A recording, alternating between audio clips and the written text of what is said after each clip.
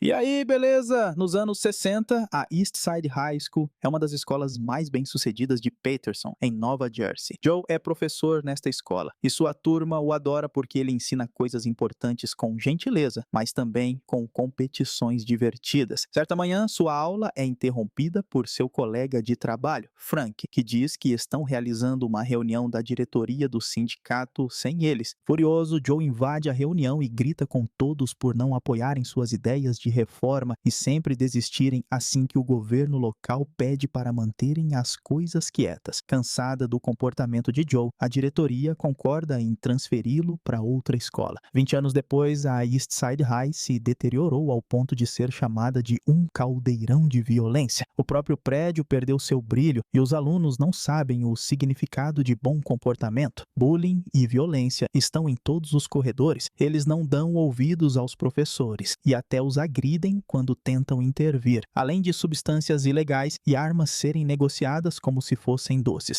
A maioria dos alunos não consegue passar no teste de habilidades básicas mínimas, e isso é uma péssima notícia para o prefeito Botman, que não quer perder a escola para a administração estadual, pois isso lhe custará a eleição. Frank é agora superintendente escolar e o senhor Rosenberg, advogado do conselho escolar, chegam à única conclusão lógica: eles precisam trazer Joe de volta. Botman não gosta da ideia, mas a aprova porque não tem escolha. Frank e Rosenberg vão ver Joe, oferecendo o cargo de diretor na East Side, mas ele recusa, explicando que sabe que o prefeito só quer salvar a si mesmo e não as crianças. No entanto, Frank o faz mudar de ideia ao apontar que Joe não fez nenhuma diferença até agora com toda a sua rotina de Joe louco e que ele não deveria levar isso para o túmulo. No dia seguinte, ele aparece na East Side como o novo diretor. Ele faz uma reunião com os outros professores e imediatamente coloca sua autocracia em prática, dizendo que ele é o único que fala em suas reuniões. Após pedir uma lista com os nomes de todos os alunos envolvidos em atividades criminosas, ele ordena que o zelador limpe as paredes e faça com que qualquer aluno em detenção o ajude. O Sr. Darnell, o professor de inglês, é rebaixado a assistente do treinador de futebol americano. Haverá guardas nos corredores para ajudá-los a parar a violência, e todos os professores devem se concentrar em preparar os alunos para o próximo teste padronizado, porque a escola precisa de 75% de aprovação. E da última vez eles conseguiram menos de 40%. Em seguida, Joe convoca uma assembleia escolar, onde todos os encrenqueiros da lista são colocados no palco. Quando ele se aproxima, esbarra em Kanisha, que fica feliz em vê-lo porque ele costumava ser o diretor de sua escola primária. Joe sobe no palco e pede silêncio, mas ninguém presta atenção nele. E os encrenqueiros riem quando ele pede a eles para cantar o hino da escola. Tira todos os alunos expulsos do palco e isso é suficiente para fazer com que todos os outros se acalmem, especialmente quando Joe diz que eles podem ser os próximos se não estudarem direito. À tarde, ele tem uma reunião com todos os pais. Leona, a mãe de um dos jovens expulsos, está furiosa com o que aconteceu e muitos pais a apoiam, mas Joe não cede e faz um discurso sobre algumas maçãs podres estragarem o cesto inteiro. Ele explica que expulsou 300 alunos para salvar 2.700 e que prometeu a Deus que salvaria esta escola. Este discurso rende o apoio de quase todos os pais, mas Leona continua furiosa. No dia seguinte,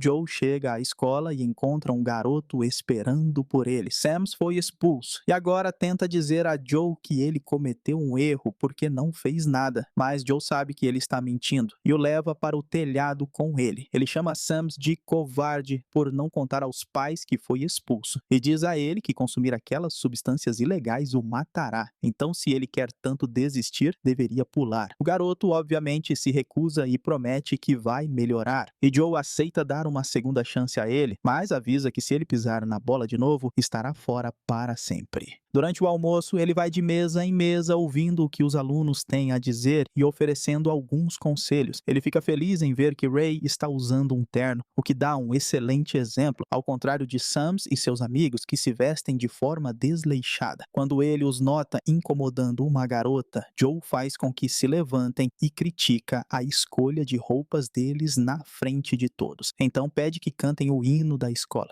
Ele também lembra a todo o refeitório que ninguém deve se mover mover durante o hino da escola. Então, quando Darnell se abaixa para pegar um lixo, Joe o manda para sua sala. De qualquer forma, os garotos não sabem a letra, fazendo com que Joe dê detenção a eles e informe a todos que, a partir de agora, todos devem estar prontos para cantar o hino da escola sob comando, ou haverá consequências. Depois disso, Joe vai ver a professora de música, Elliot, para contar sobre a nova regra. Elliot aceita, mas diz que ensinará o hino da escola depois que terminarem de treinar para um próximo concerto do coral em Nova York. Os jovens estão praticando Mozart e ela gostaria que o trabalho deles fosse respeitado. Ela confronta Joe, dizendo que ele não gosta quando outros adultos o enfrentam. E ele reage a demitindo e cancelando o concerto para que os alunos possam se concentrar no teste que se aproxima. A partir de agora, a pianista, Senhora Powers, ficará encarregada da aula de música. Depois, durante sua reunião com Darnell, Joe é confrontado novamente. Darnell acha que está sendo tratado como lixo e quer que o diretor lembre que estes também são seus alunos. Isso acaba com ele sendo suspenso. A vice-diretora Joan tenta fazer Joe voltar a si, explicando que Darnell é mais do que apenas um treinador e que ninguém entende o que ele está fazendo, mas Joe responde que é exatamente assim que ele gosta. O dia do teste simulado chega e todos os alunos o preenchem da melhor maneira possível, enquanto os professores ficam de olho neles. Joe não quer esperar muito pelos resultados, então envia Joan ao conselho escolar para pedir a carta diretamente. Certa manhã, a apresentação especial que um aluno está fazendo para a imprensa local é interrompida por um ataque no refeitório. Um dos garotos expulsos voltou e está espancando Ray e também tem uma faca. Joe rapidamente o pega e se pergunta como ele entrou. Então a segurança diz que alguém deve tê-lo deixado entrar por dentro. Naquele momento, ele decide que todas as portas da escola serão trancadas e acorrentadas. Algum tempo depois, Joe encontra Kanesha se sentindo chateada. Ela é uma garota inteligente, mas suas notas não têm sido boas desde que perdeu um lugar para morar, porque sua mãe não a quer. Determinado a ajudar, ele leva Joan para ver a mãe de Kanesha na casa dela. A mãe explica que teve Kanesha quando era adolescente, então teve que abandonar sua vida normal para trabalhar.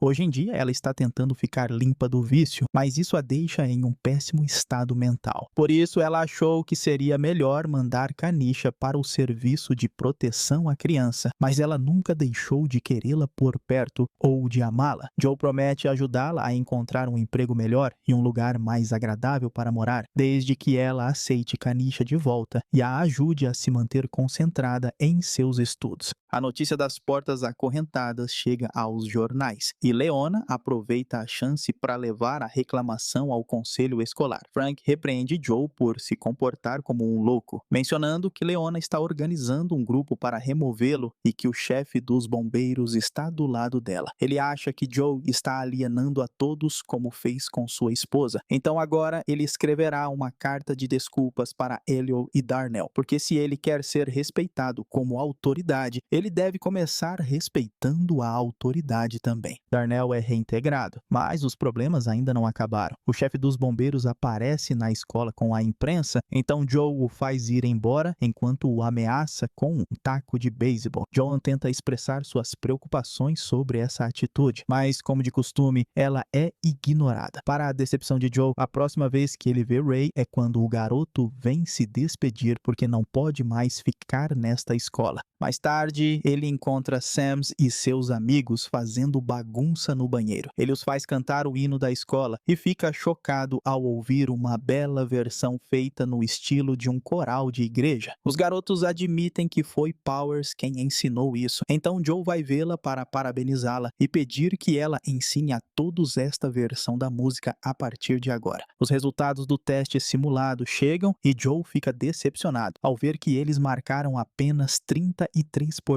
Ele chama todos os professores para o ginásio e diz a eles que a ineficiência deles é a culpada por esses maus resultados, então eles têm que trabalhar mais. Joe quer iniciar um programa de tutoria e um curso extra de leitura corretiva aos sábados, mas um professor aponta que é difícil fazer os alunos virem nos finais de semana. O plano dele é que eles irão à casa de cada aluno e conversarão com os pais para envolvê-los, talvez até convidá-los a vir também se não souberem souberem ler. Nas semanas seguintes, professores e alunos trabalham duro para se preparar para o teste e Joe se envolve o máximo possível com seus alunos. Isso ainda não é suficiente para Leona, que junto com o chefe dos bombeiros vai falar diretamente com Botman. Frank e Rosenberg tentam defender Joe, mas Botman os expulsa da reunião e chega a um acordo com Leona para que ela não convença a cidade a não votar nele. Ele fará com que Joe seja demitido e Leona reunirá o apoio das pessoas para a campanha dele.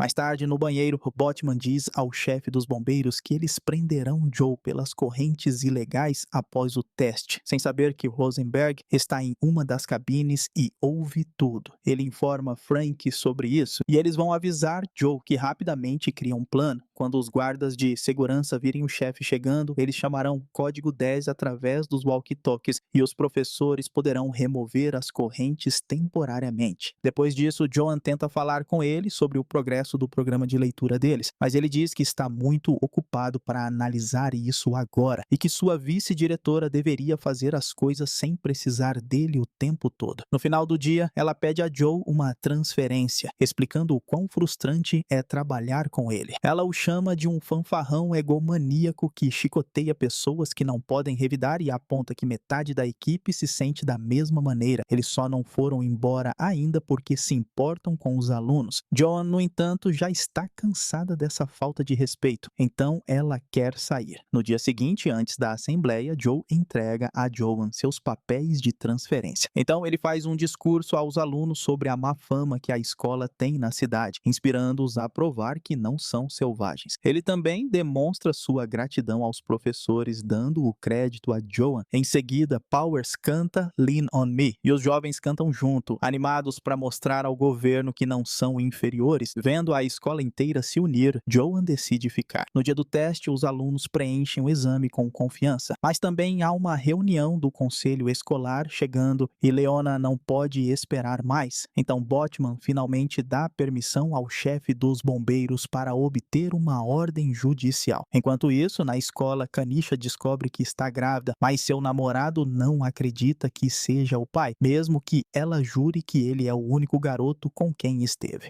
Joe oferece seu apoio e promete que encontrarão outras alternativas, mas a conversa deles é interrompida por um guarda anunciando a chegada do chefe dos bombeiros com Leona e repórteres. Chamando o Código 10, Joe tenta fazer com que as correntes sejam removidas, mas o chefe está preparado e tem uma gravação desse código, então ele é preso por violar o código de incêndio, deixando Joan no comando. Naquela noite, o conselho escolar realiza uma reunião. Frank tenta defender o trabalho de Joe, mas Leona ressalta que a escola conseguiu apenas 33% no teste simulado, o que significa que Joey, na verdade, falhou em seu trabalho. A reunião é subitamente interrompida quando absolutamente todos os alunos aparecem exigindo a libertação dele. Botman sabe que vai pegar mal demitir um homem com tanto apoio, então ele conversa com Joe, pedindo que ele diga aos alunos para irem embora. Quando ele recusa, Botman joga pesado e explica que os policiais estão se preparando do lado de fora. Se os alunos fizerem um motim, as coisas podem ficar violentas. Joe aceita falar com eles, mas apenas pela segurança dos alunos, não porque ele ache que estão fazendo algo de errado. Quando ele sai, Leona está falando com os jovens, mas ela só está sendo insultada e lembrada de todas as coisas que Joe fez pela escola. Ele fica emocionado ao ouvi-los chamá-lo de pai, mas ainda está preocupado com a polícia. Então assume a palavra e os lembra de respeitar a lei. Seu discurso é de repente interrompido por Joan, que traz os resultados dos testes com excelentes notícias. A escola passou. Enquanto todos comemoram, Joe diz a Botman que ele e o Estado podem ir para o inferno. Ele consegue manter seu emprego e os alunos terminam a noite cantando o hino da escola. Quando chega a hora da formatura dos alunos do último ano, Joe entrega os diplomas com palavras carinhosas feitas sob medida para cada aluno.